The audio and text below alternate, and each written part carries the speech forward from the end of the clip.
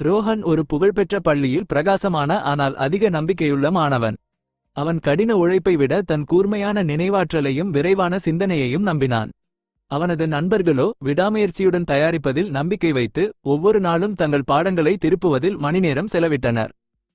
வருடாந்திர போட்டித் தேர்வுகள் நெருங்கிக் கொண்டிருந்தன. அவனது வகுப்பு தோழர்கள் அனைவரும் விடாமுயற்சியுடன் படித்துக் கொண்டிருந்தனர். அவனது சிறந்த நண்பர்களான ஆரியனும் மீராவும் தங்கள் பாடங்களை திருப்புவதிலும் பயிற்சி தாள்களை தீர்ப்பதிலும் கூடுதல் வகுப்புகளில் கலந்து கொள்வதிலும் மணிநேரம் செலவிட்டனர்.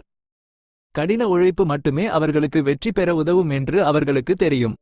ஆனால் ரோஹன் வித்தியாசமாக நினைத்தான். ஏன் இவ்வளவு கஷ்டப்பட வேண்டும்? நான் பதில்களை யூகித்து விடுவேன் என்று சிரித்தான். அதிர்ஷ்டம் எப்போதும் என் பக்கம் இருக்கிறது.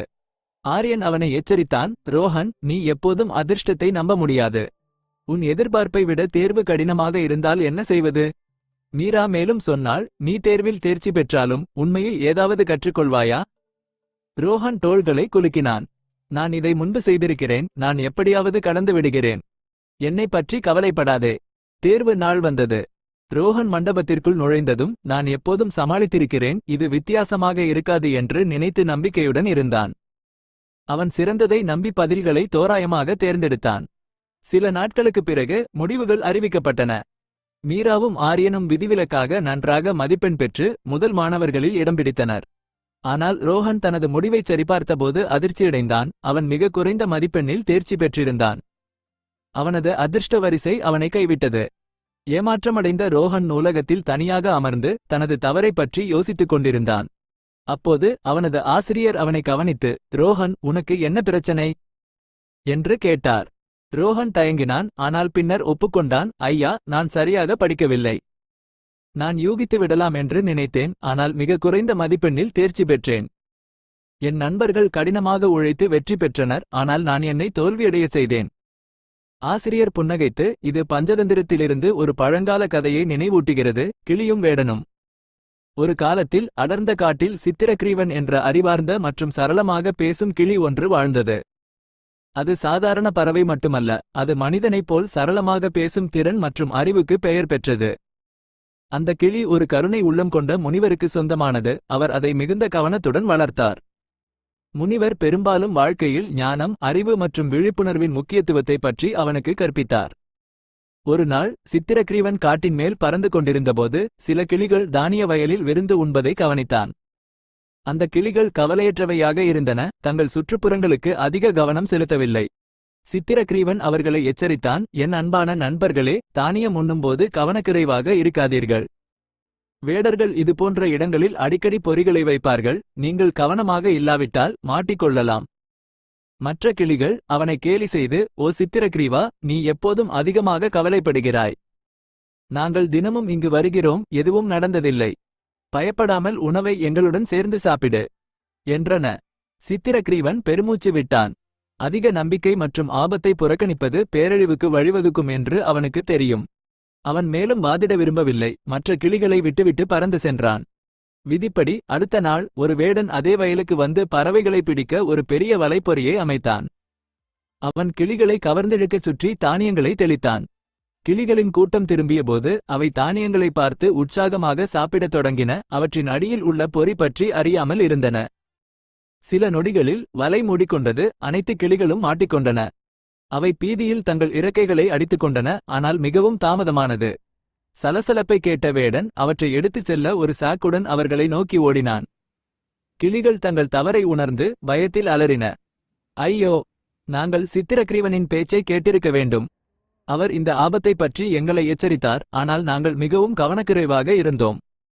வேடன் நெருங்கியதும் ஒரு கிளி சித்திரக்ரீவன் ஒருமுறை சொன்னதை நினைவில் வைத்தது, நெருக்கடியான காலங்களில் உங்களை காப்பாற்றக்கூடிய ஒரே விஷயம் ஞானம். கிளிகள் விரைவாக ஒரு திட்டத்தை வகுத்தன. அவை இறந்தது போல் நடிக்க முடிவு செய்தன. வேடன் அவர்களை அடைந்ததும் அனைத்து கிளிகளும் தங்கள் கண்களை மூடிக்கொண்டு உடல்கள் தளர்ந்து உயிரற்றது போல் அமைதியாக படுத்தன.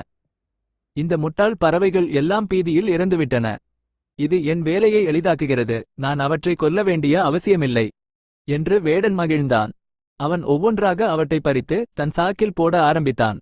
அவன் கடைசி கிளியை அடைய முயன்றதும் கிளிகளின் கூட்டம் திடீரென உயிர் பெற்று தங்கள் இறக்கைகளை ஆக்ரோஷமாக அடித்தன.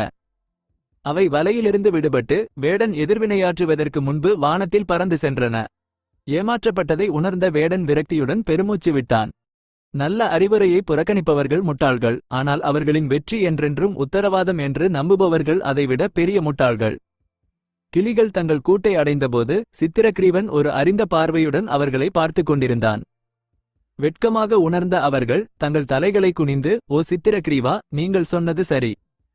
நாங்கள் உங்கள் பேச்சை கேட்டிருக்க வேண்டும்.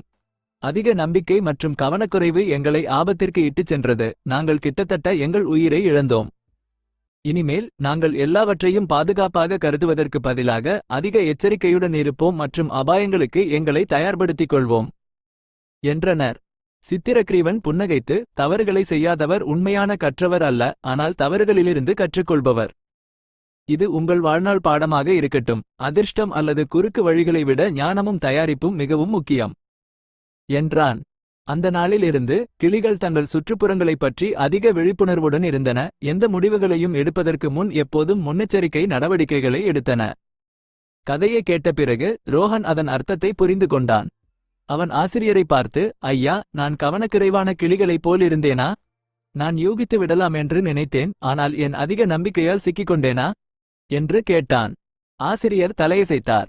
ஆம் ரோஹன், கிளிகள் சித்திரக்ரீவனின் எச்சரிக்கையை புறக்கணித்தது போல் நீ உன் நண்பர்களின் அறிவுரையை புறக்கணித்தாய். கடின உழைப்பை விட அதிர்ஷ்டத்தை நம்பினாய். கிளிகள் வேடனின் பொறியிலிருந்து தப்பித்தது போல் நீ மிக குறைந்த மதிப்பெண்ணில் தேர்ச்சி பெற்றாய். ஆனால் இப்போது உனக்கு மாற ஒரு வாய்ப்பு உள்ளது. ரோஹன் ஒரு ஆழமான மூச்சை எடுத்து, ஐயா, எனக்கு இப்போது புரிகிறது. குறுக்கு வழிகள் சிறிது நேரம் வேலை செய்யலாம், ஆனால் இறுதியில் உண்மையான முயற்சி மட்டுமே நிலையான வெற்றியை தருகிறது. நான் இனிமேல் சரியாக படிக்க உறுதியளிக்கிறேன் என்றான். அந்த நாளிலிருந்து ரோஹன் தனது வழிகளை மாற்றிக்கொண்டான். அவன் ஆரியன் மற்றும் மீராவைப் போலவே முழு அர்ப்பணிப்புடன் தனது படிப்புகளுக்கு தயாராக தொடங்கினான். அடுத்த தேர்வுகள் வந்தபோது அவன் இனி யூகிக்கவில்லை, அவன் உண்மையிலேயே தயாராக இருந்தான். முடிவுகள் வந்தபோது ரோஹன் முதல் மாணவர்களில் இடம் பிடித்தான். அவனது நண்பர்கள் அவனுக்காக ஆரவாரம் செய்தனர். ஆசிரியர் பெருமையுடன் புன்னகைத்தார். ரோஹன் இறுதியாக மிக முக்கியமான பாடத்தை கற்றுக்கொண்டான். ஞானமும் தயாரிப்பும் தான் வெற்றிக்கு உண்மையான திறவுகோல்கள். கதையின் நீதி: குறுக்கு வழிகள் தற்காலிகமாக வேலை செய்யலாம், ஆனால் அவை நீண்டகால வெற்றிக்கு நிலையானவை அல்ல. தயாரிப்பு மற்றும் கடின உழைப்பு எப்போதும் சிறந்த முடிவுகளுக்கு வழிவகுக்கும். சவால்களை சமாளிப்பதில் ஞானம் மிகப்பெரிய கருவி.